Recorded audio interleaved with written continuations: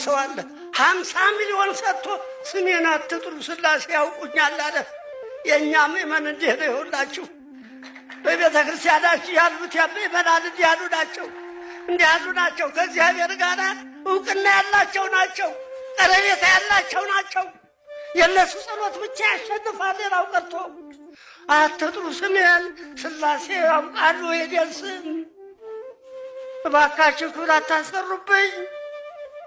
ያለው ገንዘብ ማጠጥ ለስላሴ ይሁን ብሎ 50 ሚሊዮን ሰጥቷል ስሙን ሳይጠራ። እንዲህ ነው በእግዚአብሔር ማመን ማለት። ይሄ ያስመካናል፣ ደስ ይለናል። ክብር ምስጋና ለእግዚአብሔር ይሁን። ሰው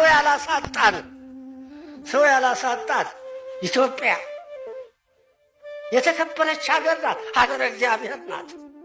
24 ሰዓት ስሙ የሚጠራባት ናት። ይህን ለማስቀረት ምን ያዟሩታል?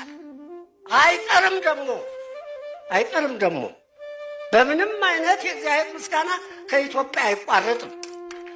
አዎ ወደ ሌላ አታስገቡኝ ባካችሁ። ተውኝ።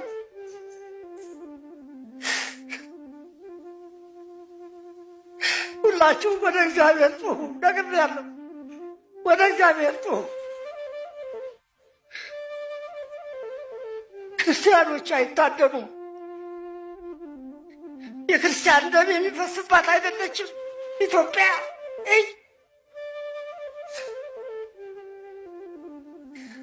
ስላሴ ገኛው ያልናቸው የስላሴ ልጆች ናችሁ ሁላችሁ።